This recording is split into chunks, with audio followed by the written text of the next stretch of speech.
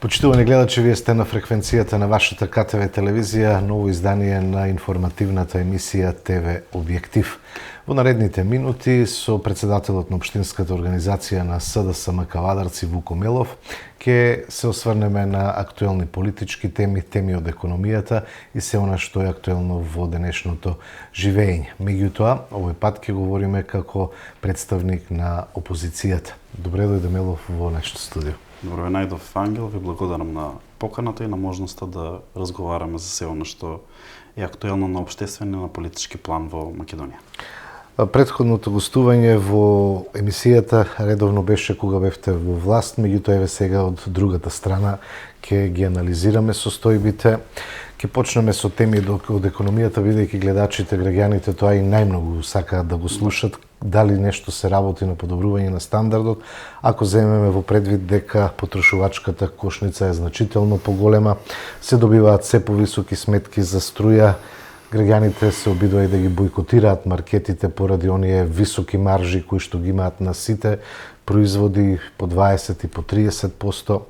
Како опозиција понудивте пакет на мерки кои што власта не ги прифати, а велевте дека се однесуваат таквите законски дополнувања и измени се со цел да се подигне стандардот на живење. Како ја гледате ваквата состојба и има ли промени од смената на власта и сега? Промени секако дека има, меѓутоа сметам дека промените не се на подобро, туку се на полошо, и тоа што ВМРО ДПМН го зборуваше додека беше опозиција, гледаме дека полека и во дел на економија и во дел на подобрување на животен стандард, гледаме дека не може реално ништо да се испорача и затоа се влегуваат во одредени други теми со кои што се пробува да се дефокусира јавноста, се проблематизира потрошувачката кошничка, се проблематизира бројот на членови на семејство кој што се зема како еден просек за да се извади одреден просек на колку се во суштина потребни финансиски средства за едно семејство да може нормално да го истера, да кажам, месецот. Значи, ако ги земеме економските параметри и ако го ја земеме она што представува реална живеачка и реални трошоци на живот, ние секојдневно се движиме по маркети, купуваме производи за дома, храна и слични работи и гледаме дека она што беше критикувано додека беа во опозиција, иако тогашната влада имаше одредени мерки со кои што на една широка лепеза на производи се ограничува цените, односно се ставаше највисока цена, односно се замрзнуваа цените да не можат маркетите да ги зголемуваат. Сега гледаме дека во ситуација кога имате мерки на влада на потрошувачки кошнички, синдикалната потрошувачка кошничка е зголемена за 2000 денари во ситуација кога ви имавте мерки на влада за намалување на маржи на маркети. Значи, апсолутно не даде никаков резултат и не го сопре тој тренд на пораст на цените на она што представува основно добро, тоа е храната, и револтот на граѓаните во тој дел според мене беше сосем оправдан, бидејќи кога на вас ја нападната основната екзистенција, не можете, буквално граѓаните се соочуваат со проблем да си обезбедат најосновни намирници за живот, тогаш сосема логички е дека ќе пристапат кон она што представува бојкот на маркети, се со цел да ги притиснат маркетите да тие влијаат врз намалување на цените, која немате влада која што тоа реално може да го испорачи и да го направи. А и според мене покажа високи маржи, неосновани надвор од закон. И според мене сметам дека оваа власт уште на самиот почеток покажува дека не води грижа за народот, не води грижа за граѓаните, туку дека води грижа за крупниот капитал и за онаа олигархија која што дефинитивно ја поддржаваше во изминативе 2-3 години додека беа опозиција. Сега веројатно треба да се раздолжат и да им вратат, така да мислам дека оваа власт не е воопшто не ја зема воопшто потребата на обичниот граѓанин, на она што представува основен трошок на живот, и тоа се гледа и во делот на ова што што представува цени, инфлација и слично, бидејќи мерките секогаш кога ги правеа и затоа не доведоа до резултат, беа во договори во координација со крупниот капитал, односно маркетите неколку денови претходно ги изголемуваат цените, па подоцна прават корекција на цени, затоа имавме изголемување на потрошувачката кошничка за 2000 денари во период кога имавме мерки. Истата ситуација се случува и во делот на платите. Гледаме дека нема апсолутно никаква расположеност од страна на владата Ке говориме и за платите, да разговара и да притисне да минималната плата се зголемува во соодносот на она што представува зголемување на трошок на живот. Значи 63.000 денари изнесува 64, скоро денари изнесува потрошувачка синдикална кошничка за едно 4-члено семејство. Тоа е кошничка која што ги опфаќа најосновните работи кои што треба да ги задоволи потребите на едно 4-члено семејство. Значи тука се храна, облека, пијалоци, струја, основните кошничка има и Нескафе, има и работи кои што... Меѓутоа, видите, таму се манипулира, бидејќи кога ќе земете методологијата, например, за месец има за 4-члено семејство 3 или 4 Нескафиња. Па сега, како да ви кажам, дали е проблем и дали е луксус да испиете 3 пати, цело семејство 3 пати да испиете, да едно 4-члено семејство испие 3 или 4 Нескафиња вкупно на месечно ниво. Сега ќе се сложиме дека не станува збор за полесно да се манипулира со граѓаните кога си во власт или опозиција. Со оглед дека и едните и другите многу често го манипулираат народот кога е во прашање најосновното, а тоа е екзистенцијата на народот, се држат пресконференции од една страна и од друга, граѓаните веќе не знаат во што да веруваат и се почеста е желбата да одат да заработат надвор од државата. Сега ќе ви кажам конкретен пример. Што, например, дали одредена работа или дали одредена политичка структура манипулира или не манипулира, треба да видите што сте зборали кога сте биле опозиција, што правите кога сте власт. И обратно, што сте правеле кога сте биле власт, а што зборувате подоцна кога сте опозиција. Например, во делот на раст на стандард на граѓани. Минимална плата која СДСМ дојде на власт 2017 година беше 8.900 денари.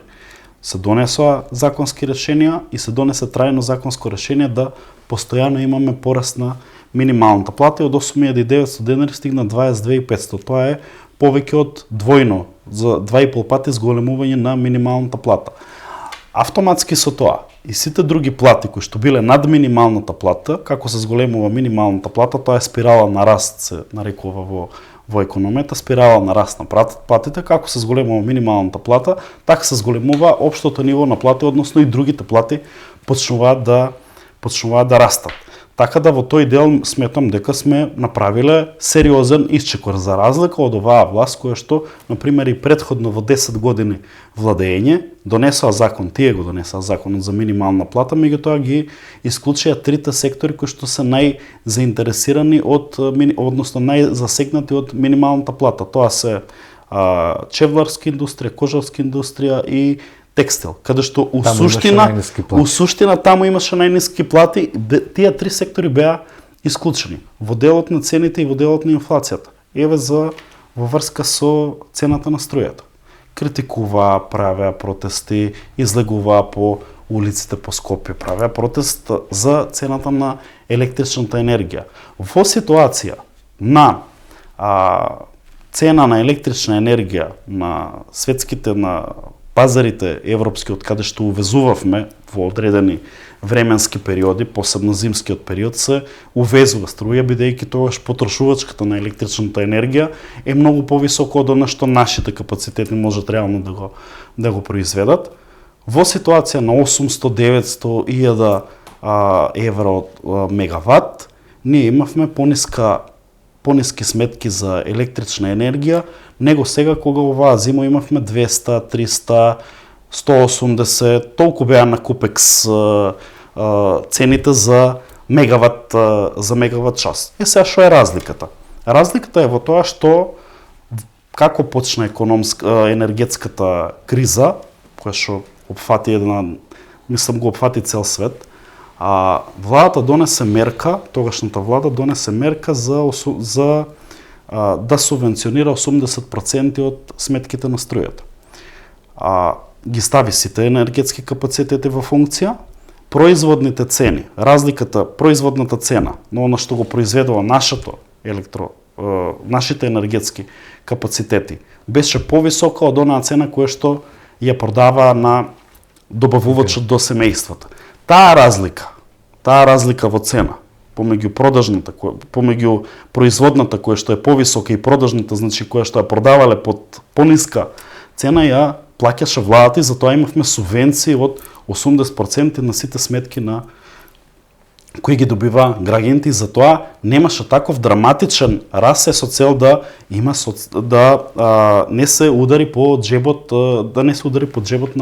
на граѓаните во тој временски период. Една од првите одлуки кои што ги направи оваа власт е таа мерка ја укина. И сега гледате, во Скопје се зголемува парното, гледаме дека постојано граѓаните објавуваат и по социјалните мрежи 8.000, 10.000, 12.000 денари, ги компарираат со лани, со минатата година, истите месеци, при слична потрошувачка за 2, 3, 4.000 денари, 5.000 денари, зголемена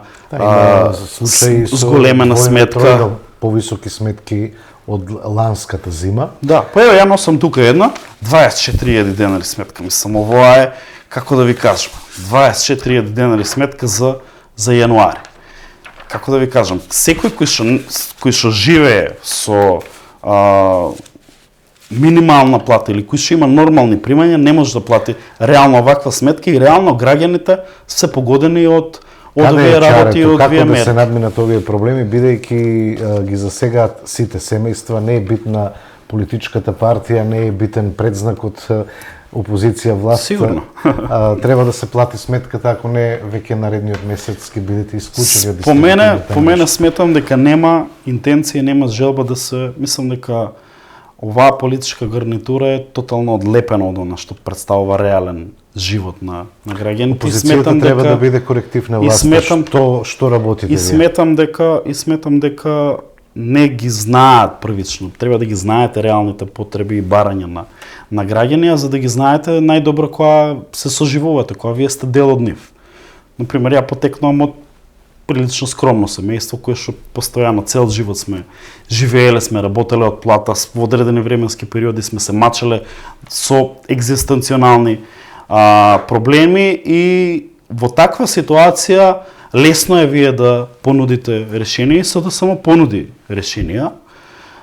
Ние понудивме решенија да ДДВ-то за електричната енергија се намали од 18 на 5%, и со тоа еден дел од овие зголемувања нагли на цените на електричните енергија, односно на сметките на струја кои што ги добиваат граѓаните, истите би се намалили. Исто така предложивме да се намали данокот на додадена вредност кај храната. Исто така мерка која што директно, пошто граѓаните го плаќаат целиот износ. Тоа го предлагаше и ВМРО ДПМН кога вие бевте на власт, да се намали ДДВ-то на храната, меѓутоа исто така не беше прифатено таа понуда. Меѓутоа ние имавме во тој период мерки со кои што еден дел од инфлацијата сериозно успеавме да спречиме со замрзнување на И сега заменик министерот Ристовски вели дека кошничката за училишен прибор, она божикната, дала заштеда во семејствата. Какви му се анализите на... За пластелин. Ограничувањето за пластелин. Такви се оние оценки што ги изнесуваат институциите. Да, али во делот на храната, сега имате кило кашкавал за 500-600 денари. Тоа мислам никош не било. Да, повторно институциите констатираат дека маржите се килограм сирење исто така. Зборуваме за основни продукти со кои што ги конзумираат. Кои што се конзумираат секојдневно. Не зборуваме за пластелин, за воени бојци, за водени бојци, за такви работи. Зборуваме за основни прехранбени продукти кои што секојдневно ги плаќаат и ги конзумираат граѓаните. Велите СДСМ значајно ги покачи минималните плати, се отвори таа спирала на раст на платите. Меѓутоа, мораме да признаеме дека и цените растеа со оглед на сите тие економски кризи кои што се случуваат во светот. Сега се бара повторно покачување на минималната плата. Слушам овие денови дека има натегање. Вчера работодавачите кажаа дека барањата на ССМ не се прифатливи. Власта вели, лидерот на Сојузот на синдикати е поставен од СДСМ, па затоа сега е гласен, а кога беше СДСМ на власт молчеше. Реално, кон средината на овој месец треба да се одржи социоекономскиот совет, кога треба конечно да се каже дали ќе биде 1400 денари покачувањето на минималната плата или ќе се прифатат дел од барањата на ССМ. Реални ли се барањата на ССМ во поглед на она што се случува со потрошувачката кошничка, дали може да преживее работникот и дали може да обстанат фирмите да плаќаат таква плата, па со оглед од другата страна дека имаме, па кажа, над 80.000 работници во јануари не примиле плата? Вака, според мене, ако се направи проценка дека одреден дел од економијата или одредени сектори не може да ја издржат тоа ниво на минимална плата, постои одреден временски период од пола година, една година, кај што владата би можела со субвенционирање на тој дел на плата и на придонеси да им помогне на тие компании кои што се наоѓаат во таква ситуација. Меѓутоа, ќе се сложиме и двајцата дека еден дел од компаниите прават екстра енормни профити, милионски профити. Гледаме дека тие компании вработуваат голем број на лица и на граѓани. Гледаме дека кај тие компании не е проблем да се зголеми плата и сметам дека еден од клучните проблеми во Македонија, според мене, е таа класна разлика која што се појавува помеѓу распределбата на доходот помеѓу граѓаните.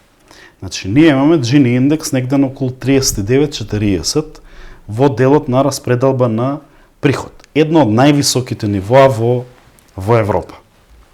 Тоа значи дека најголем дел од приходот оди кај мала како се вели група на граѓани, а поголем дел од граѓаните земаат и распределбата на приходот кај поголем дел од граѓаните е помал.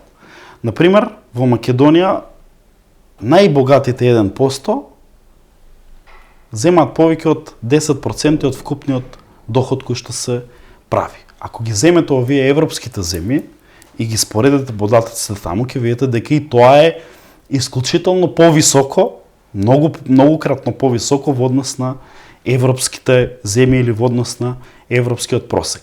Распределбата на доходот на плати кои што ги земаат работниците и на профити кои што ги земаат газдите е 2:1 на газди во однос на работници. Значи, кај нас не е проблем. Значи, кај нас клучниот проблем е во делот на распределбата на приходот.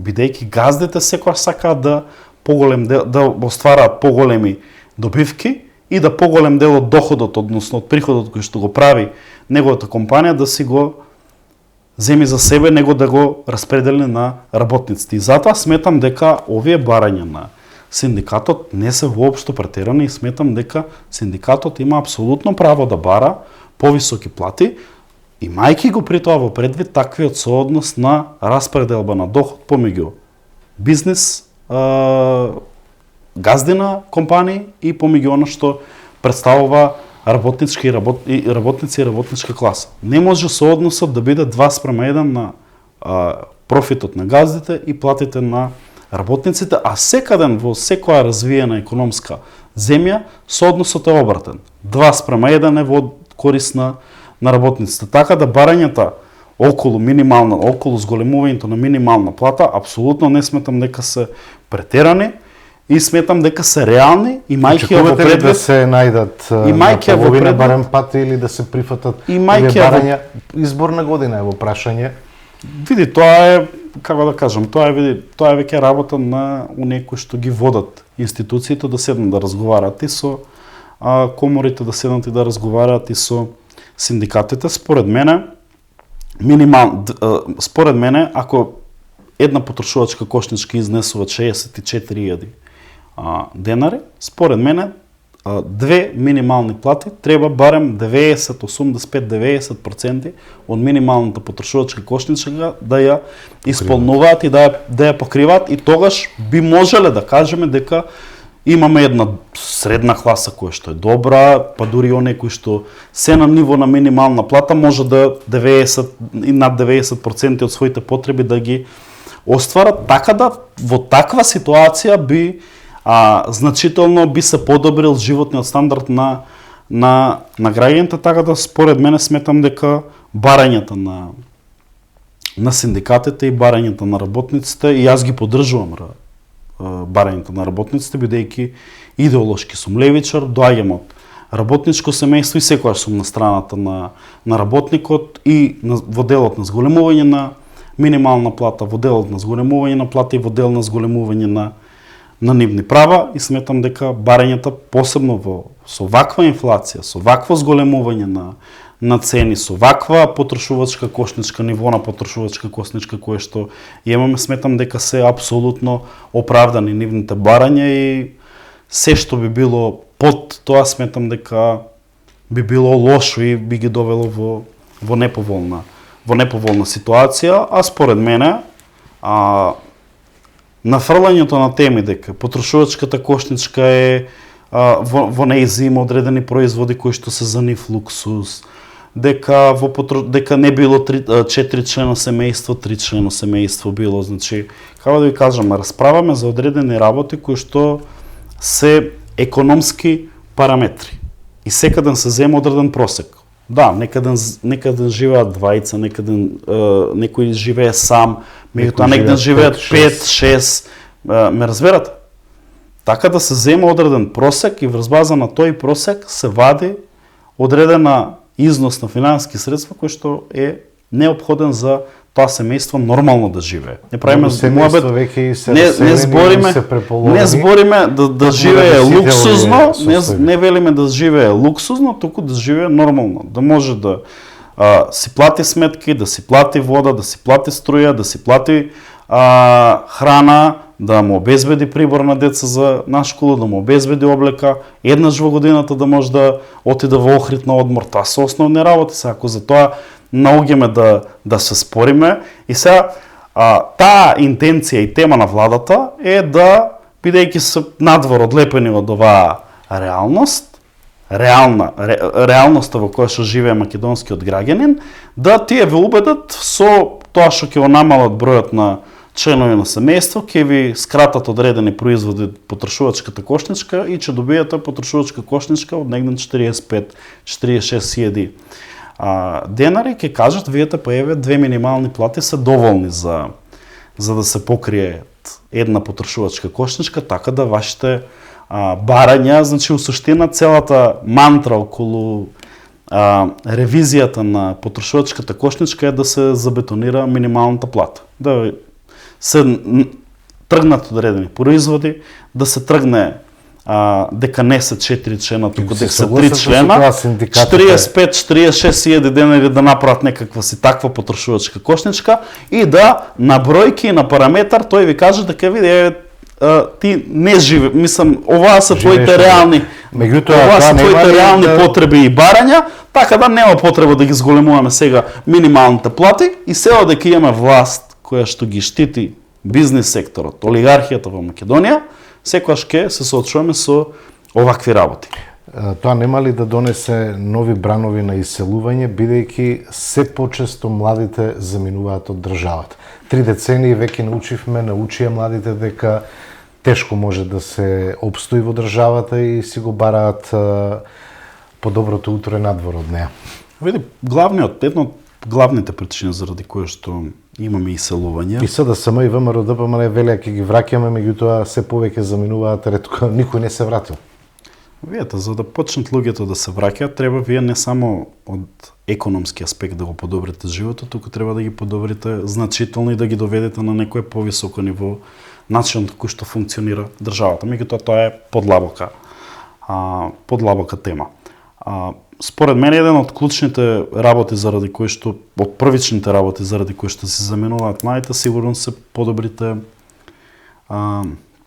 економски услови за за заработка и за можност за напредување во безпартиска во странство, во надворот Македонија, меѓутоа сметам дека само со законски решенија кои што ќе придонесуваат кон зголемување на општото ниво на плати, само така, тоа е еден од првите начина на кои што ќе можеме да ги убедиме луѓето да останат овде со тоа што ќе им понудиме подобар животен стандард. Ако ние ги доведеме луѓето да бидат ефтина работна сила на крупниот капитал и на олигархијата, која што буквално ќе им бидат робови и ќе им работат за без пари, за тие да трпаат огромни милионски суми, да возат скапи джипови, да летуваат на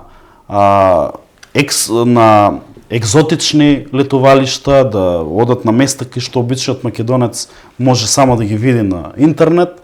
Така, младиот човек со сигурност нема да го задржиме тука. Младиот човек ќе го задржиме со тоа што ќе му го платиме неговиот труд, ќе го верификуваме неговиот труд и ќе обезбедиме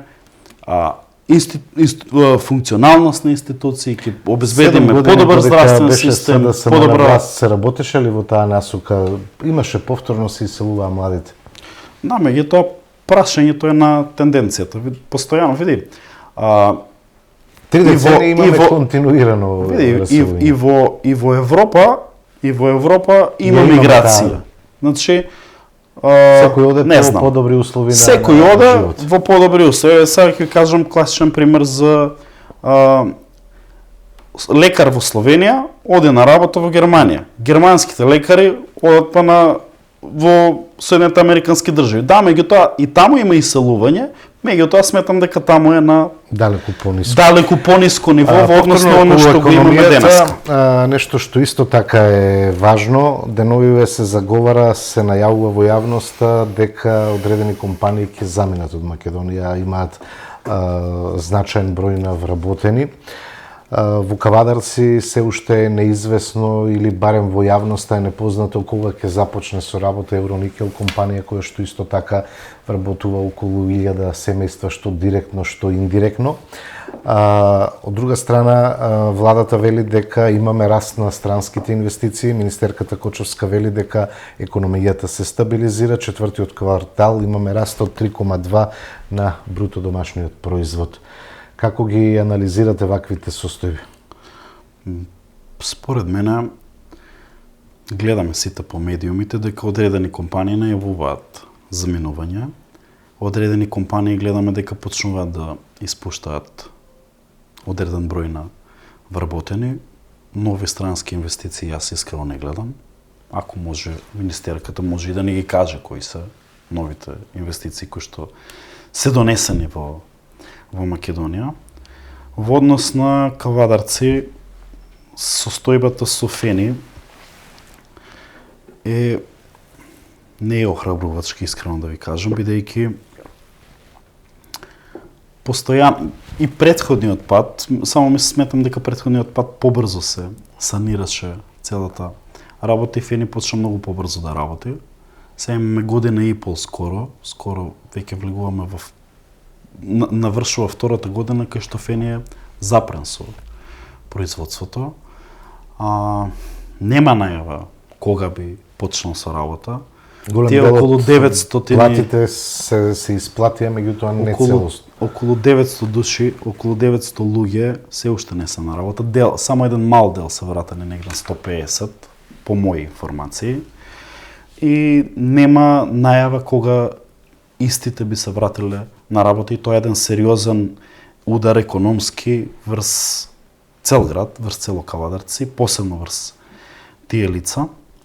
Проблем е тоа исто што од 4 неисплатени плати, само 3 им се платија. Едната останува да ја чекаат од стечајна маса, веројатно.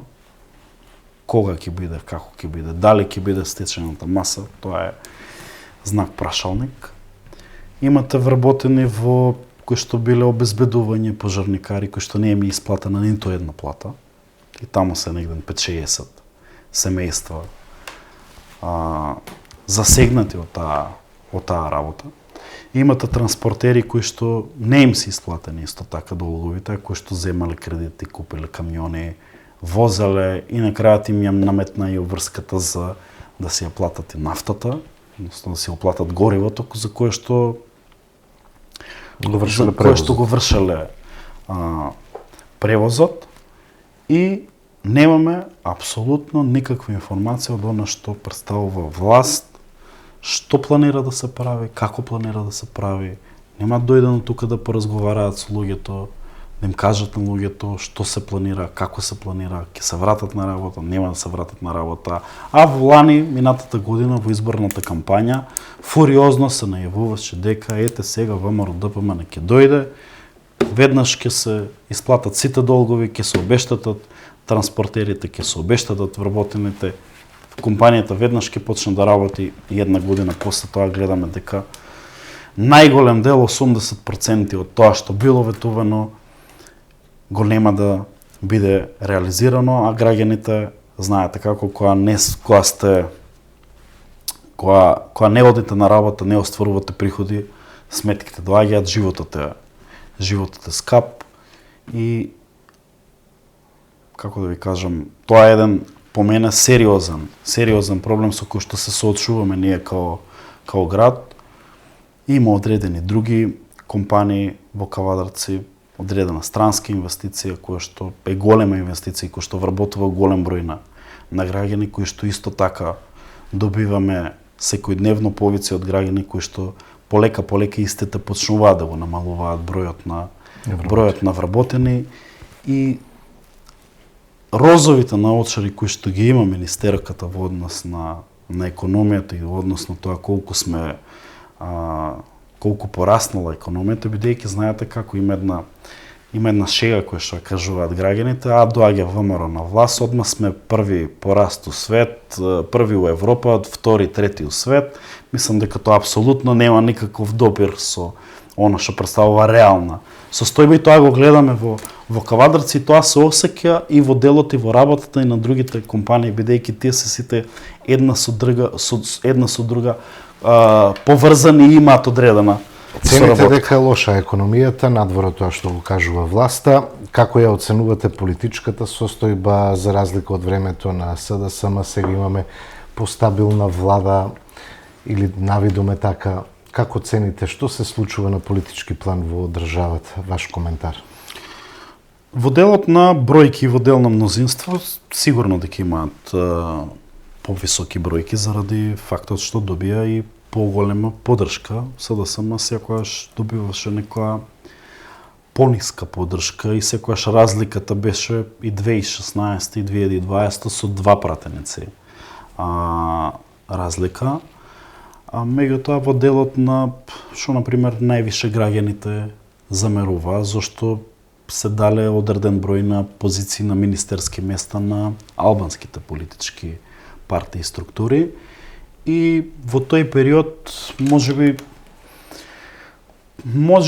тоа беше единствениот начин да успее да се склопи некакво си парламентарно мнозинство со одредени пропусти кои што се случуваа понатаму, посебно последните 2-3 години, јас не се согласувам и сметам дека требаше да се стави крај на таа работа многу порано.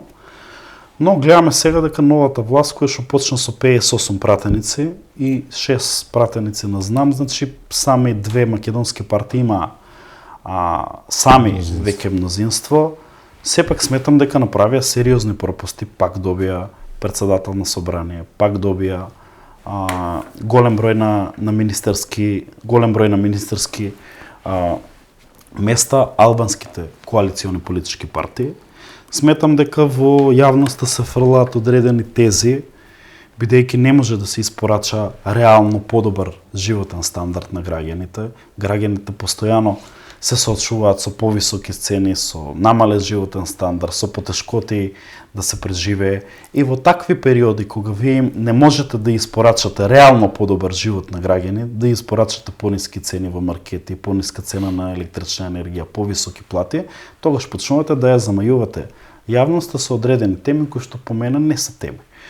Се глупави теми, како да ви кажам, сега не да зборуваме после 30 години за дали требало да се промени грбот на државата или не. Треба ли да се промени грбот? СДСМ вели не треба. Според мене, секоја отварање на тема која што представува промена на грб, видите, символот на грбот е по мене асном.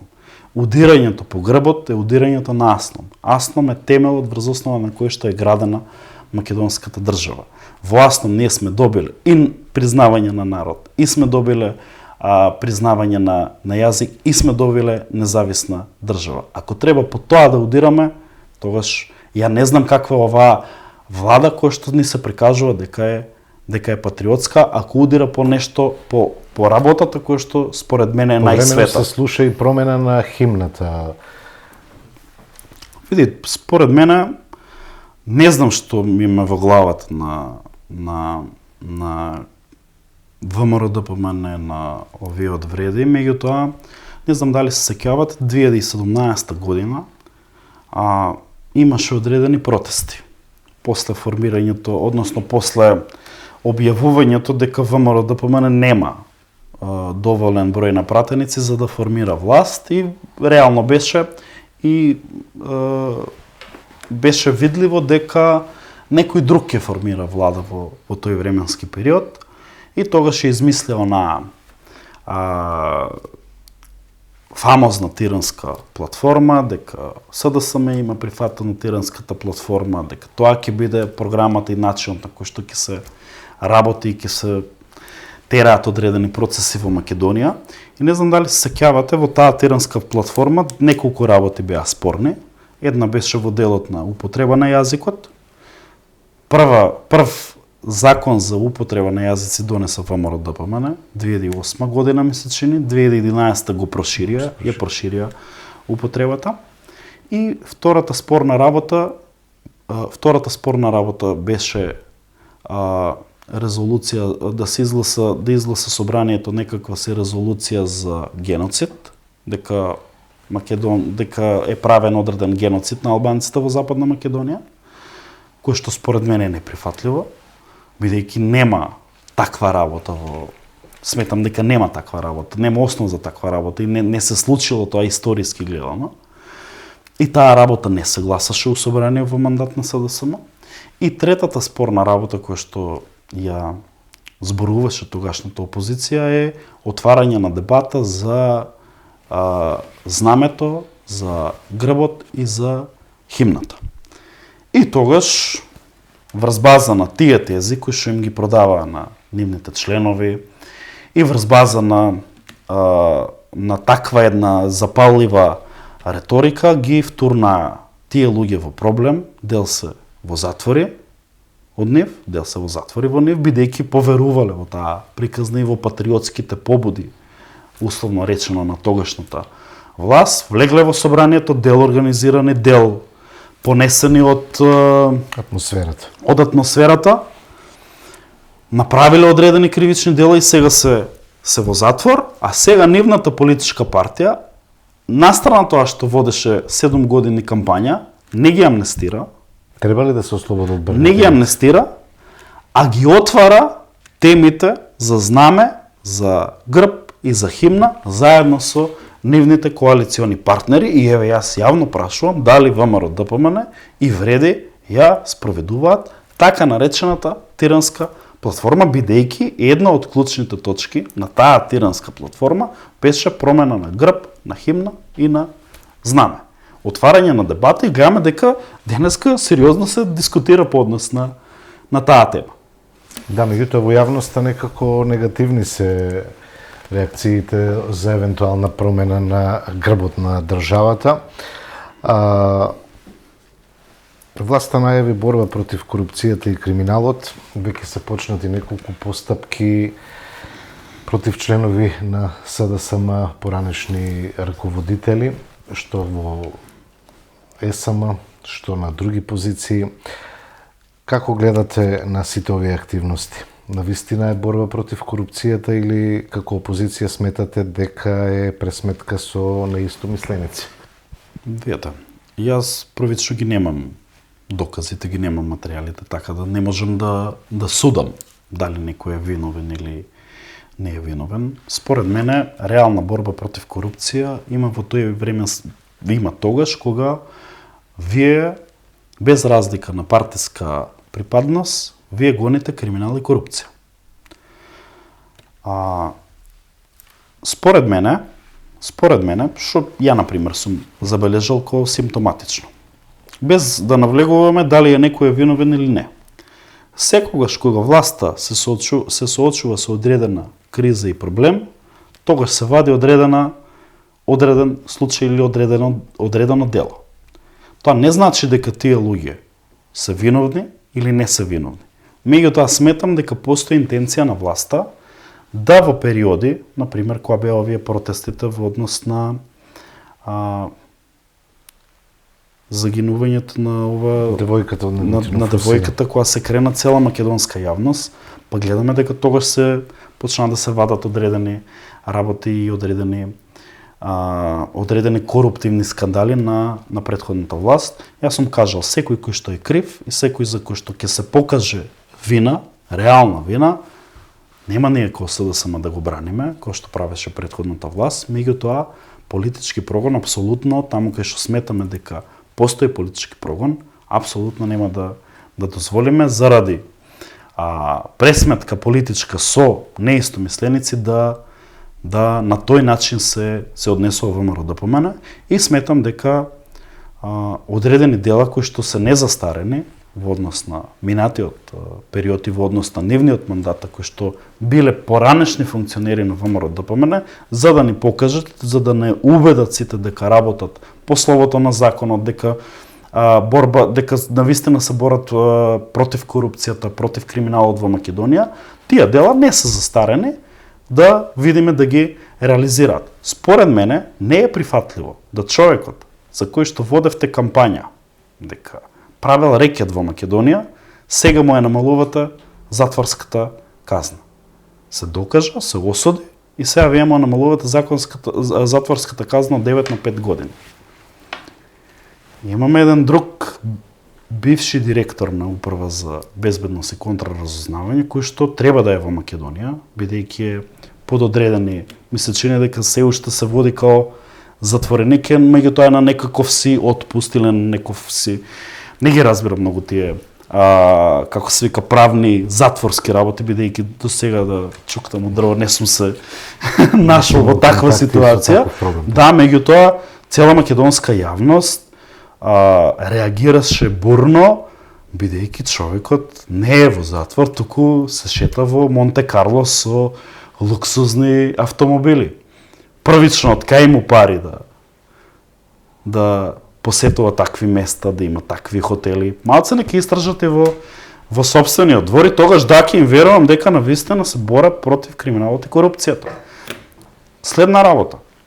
Еден бивш премиер наш е избеган во една наша многу блиска земја сега, со која што оваа влада воспоставува тесна дипломатска соработка. Од таму ве позаимуваат и финансиски средства, се задолжуваат. Вчера или завчера беа во ми се чини дека има меѓувладена седница, да ако навистина оваа власт и премиерот на Македонија, ако навистина сака да се бори против криминалот и корупцијата, зошто од неговите најблиски партнери меѓународни не побара да се укине азилот за поранешниот премиер, бидејќи аргументот која тој добил азил е дека овде му се води политичка хајка и политички прогон од тогашната власт. Сега е власта сменета, неговата политичка партија е на власт, така да не гледам причина зошто не би се вратил и зошто не би се спроведел судски процес онака како што треба за 4-5 дела, за колку таму беше обвинет. За дела има и пресуди. Нека дојде, нека се брани. Така да, на тој начин ќе верувам дека работат на справување со криминалот и корупцијата. Овака како што тераат до сега, мислам дека само во одредени временски периоди, кога се соочуваат со одредени кризи, фрлаат магла на граѓаните и тоа не значи дека овие лица за кои што имале одредени сомненија дека се невини.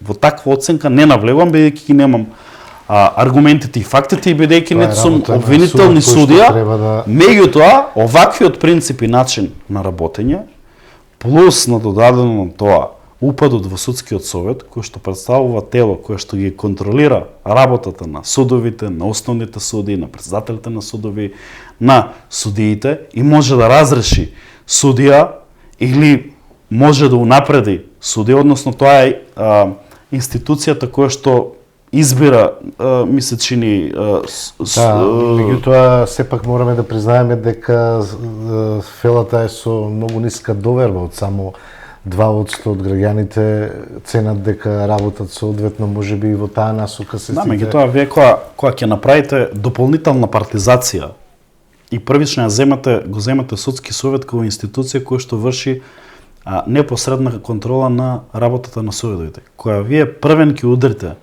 на судски совет и таму ќе се инсталирате своја групација, своја екипа, свој председател на тој судски совет, се знае после како се продолжува. Подоцна сите суди, подоцна сите дека претходната влада инсталирала своји луѓе и дека многу предмети меѓутоа во претходната влада ние имавме судски разрешници за високи представници на претходната власт.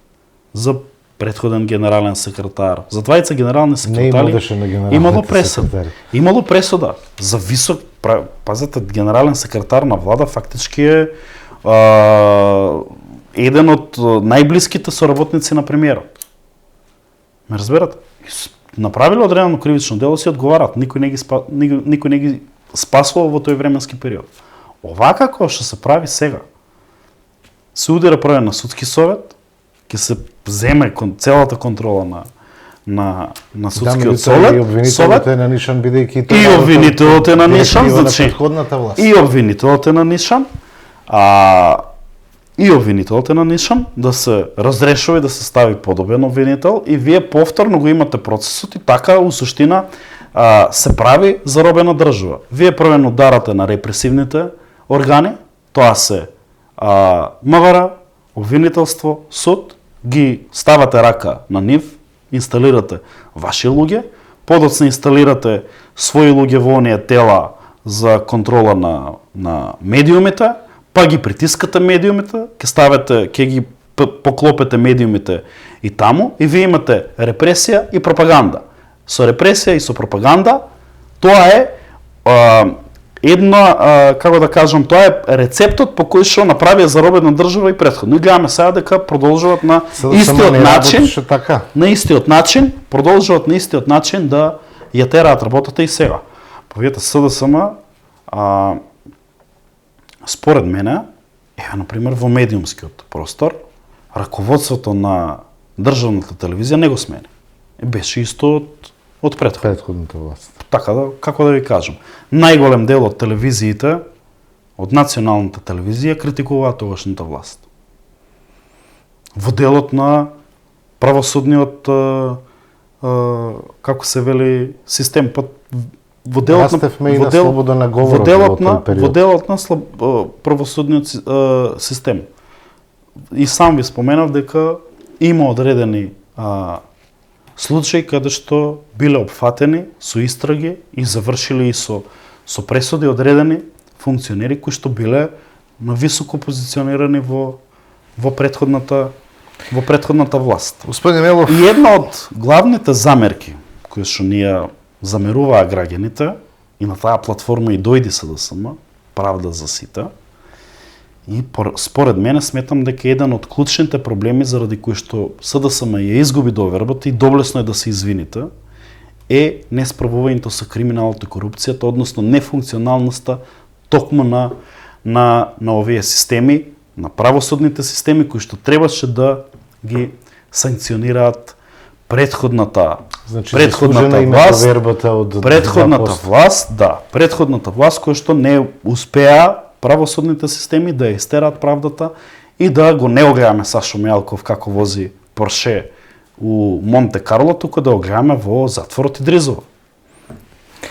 Ке се продолжиме со емисијата, ке се осврнеме и на теми од локалната самоуправа. Веќе последна година од мандатот на Советот на општина Кавадарци во овој состав. Вие сте координатор на советничката група на СДСМ. Еве, веќе изминува последната година од мандатот. Задоволни ли сте од тоа како работеше Советот, што се како одлука, како промена, како подобрување е сработено во изминатиот период? Види, според мене, сум го зборувал ја тоа неколку пати, дискусиите биле во најголема мерка конструктивни. Сметам дека одредени лица кои што учествуваат во расправите пробуваат да ја урнисаат, да го урнисаат нивото на дебата во Советот и да се зборува за се, а не за оно што е тема на дебата во Советот и таму каде што ние можеме имаме ингеренција да одлучуваме, но не и се. Моја оценка е дека ВМРО-ДПМН со 10 советници предводени од градоначалникот си тера и се работеа онака како што тие сметаат дека треба да се работи. Не прифаќаат апсолутно ништо од предлог кој што доаѓа од страна на опозиција, без разлика дали доаѓа од нас, од независен, од левица. Во најголем дел иницијативи, предлози, амандмани кои што сме ги доставували, кои што ние, например, како советници сме биле активни советници, сме поднесувале, сме предлагале, сме дебатирале конструктивно, гледаме дека во тој дел нема слух. Еве ќе ви кажам, јас од првата година од кога сме советници, првата година еден амандман ни прифатија за јавниот превоз и го реализираа. Втората, третата година не ни прифатија ништо, оваа година пак за буџетот не ни прифатија ништо. Предлозите кои што ги даваме за подобрување на работа на јавни претпријатија, одредени други предлози кои што сме ги давале во дел на зголемување на делот на социјалната политика која што треба да ја води општината, бидејќи општината апсолутно е многу минимален делот на социјални трансфери кои што ги дава према лица кои што имаат ниски приходи. Например, имавме предлог за ослободување на партиципација на деца за чување во детска градинка на кои доаѓаат од семејства со ниски приходи. Исто така одбиено и многу голем дел на такви предлози кои што не наиша на слухот тоа што представува владеачко мнозинство и од градоначалник секој пат било квалификувано дека сме си правеле политика, ние само ги застапуваме реалните потреби на граѓаните кои што доаѓале, се обратиле до нас, ни доставиле одредена иницијатива, одредено барање. И нашата работа у суштина е тоа да ние бидеме репрезенти на граѓаните, да граѓаните може да се обратат до мене, до друг советник и до тоа го преточиме во одредена иницијатива, предлог или амандман, меѓутоа до сега многу е минимален делот на она што било прифатено од страна на Како оценувате тоа што сработи владеачкото мнозинство? Задоволни ли сте од комунална изградба, од капитални инвестиции во изминатиот мандат? Види, според мене, најголем дел од оно што се сработи во Кавадарци во 7 години беше инвестиција на централна власт, од реконструкција на улици, на клучни улици во градот, Илинденска, Браке Џунови, Дисанска, Западен булевар, Ѓорги Соколов сега што се прави доле. Тие беа сите проекти кои што СДСМ ги инвестираше овде во Кавадарци, мостот во Ваташа, детската градинка, спортската сала во основното училиште Страшо Пинџор. Од аспект на оно што представува општинска инвестиција е пазарот, градскиот пазар, кој што е преку кредит и некои ситни санирања на улици и некои такви, да кажам, поситни работи. Ако ги видите параметрите и бројките, посебно во последните 2-3 години, нивото на капитални инвестиции не поминува негде на околу 100 милиони денари, што е значително пониско во однос на она што било претходно.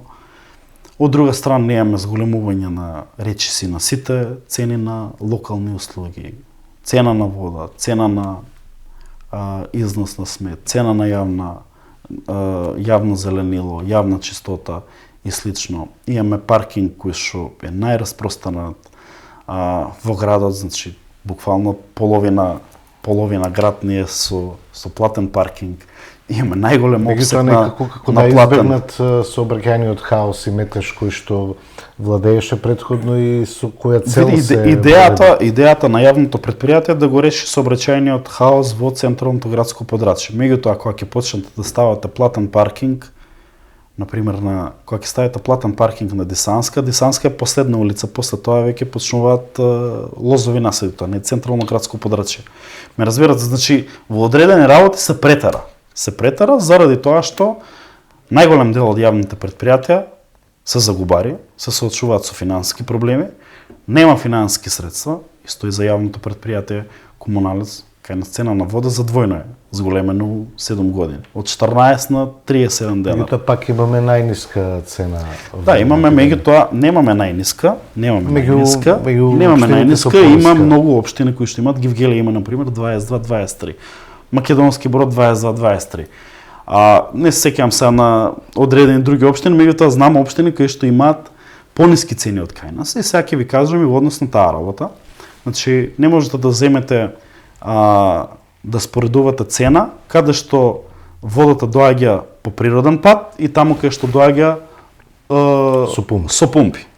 Значи, трошокот кој што го прави овој за да ја донесе водата во градот со трошење на електрична енергија, и нормално е дека цената, односно крајната цена која што ја плаќаат граѓаните ќе биде повисока таму каде што не доаѓа по природен пат, односно доаѓа по пумпи, и таму каде што во однос на таму каде што доаѓа по природен пат. Ние треба да се споредуваме со таму каде што цената не доаѓа по природен пат и да ги видиме цените таму.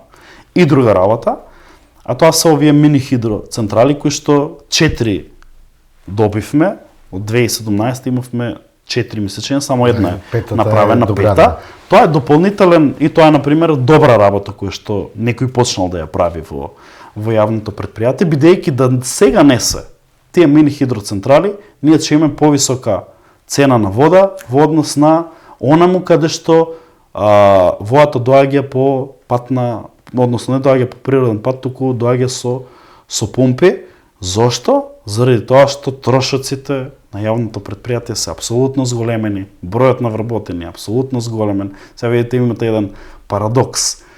Вели, осовременување на процесот, купуваме нови машини, значи осовременување на работниот процес, значи дека ако претходно одредена работа ја работеле 5 души, кога ќе купите машина, ќе ја работи еден само кој што треба да управува со машината. Кај нас ние го осовременуваме процесот и бројот на вработени е за речиси двојно зголемени. Тоа е у суштина главниот проблем, бидејќи се регрутираат партиски кадри кои што се вдомуваат во јавни институции, се вдомуваат во општината.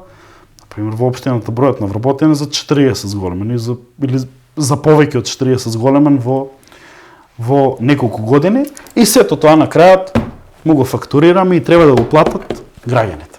И тоа било добра политика за граѓаните. Јас апсолутно не се согласувам со тоа и сметам дека таму каде што треба да се вработи одреден кадар и таков кадар кој што ни е потребен, да, меѓутоа да трупате партиски кадри и да си правите одредени лични релации за вршување на работи, а тоа да им го фактурирате на крајот на граѓаните, против таква политика сум бил и секогаш ќе бидам.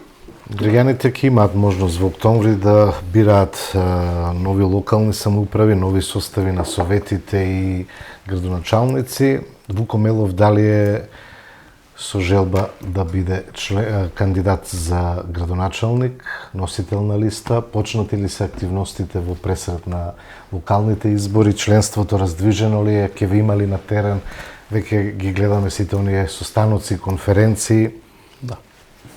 Вака, јас не се водам по лични желби. Мислам, ова ви го имаме и претходно дискутирано. Претходно прашањето беше дали Вуко Мелов ќе биде пратеник. Ето, Вуко Мелов не беше на пратеничка листа, значи партијата ќе се направи одредена анализа, ќе се направи истражување на јавно мислење и според мене треба тој став сум го имал и тогаш истиот став Сега го имам и имате денеска. втор мандат од председател на општинската организација. Истиот став го имам и денеска дека според мене СДСМ треба да излезе со кандидатот кој што може да донесе и да освои најголем Се прават ли веќе анкети на гласови? партијата? Искрено немам информација, меѓутоа сметам дека ако не се почнете да се прават, сметам дека во периодот март-април сигурно ќе има испитување на јавно мислење и одредени разговори со можни кандидати за градоначалници, советници и слично, не само во Кавадарци, нема ништо во познато, Македонија. ништо Моментално сме да ви кажам искрено фокусирани на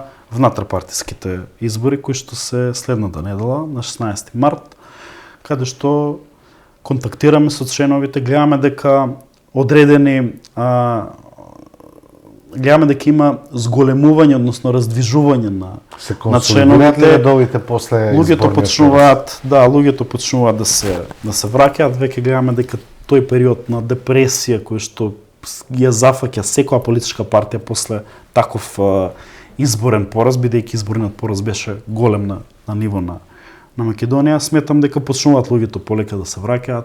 Гледам голем дел од граѓани, обични граѓани, бидејќи се движам постојано помеѓу граѓаните и помеѓу народот, гледам едно сериозно разочарување од она што представува власт, во однос на она што представува изневерени очекувања, лажни ветувања кои што им биле давани, така да сметам дека СДСМ и tekako со теренски активности кои што ќе ги имаме сигурно, ќе успее да врати, па и со овакви разговори ќе успее да врати еден сериозен дел од она што представува гласачко тело кој што претходно ни ја давало довербата. Благодарам што бевте наши гости. Ви благодарам и вас. Имаме можност повторно Сигурно да анализираме и говориме на значајни теми. Да, ви благодарам и вас на поканата. Јас сум секогаш тука и отворен да И ние како дискутирам, медиум сме отворени за сите страни. и ви благодарам за тоа, да Апсолутно. дискутираме за теми кои што се од интерес на граѓаните и на Македонија и на општина Кавадарци. Така, благодарам уште еднаш. Почитувани, ова беше ТВ Објектив, наш и ваш гостин Вуко Мелов, председател на општинската организација на СДСМ Кавадарци. Имајте пријатна вечер.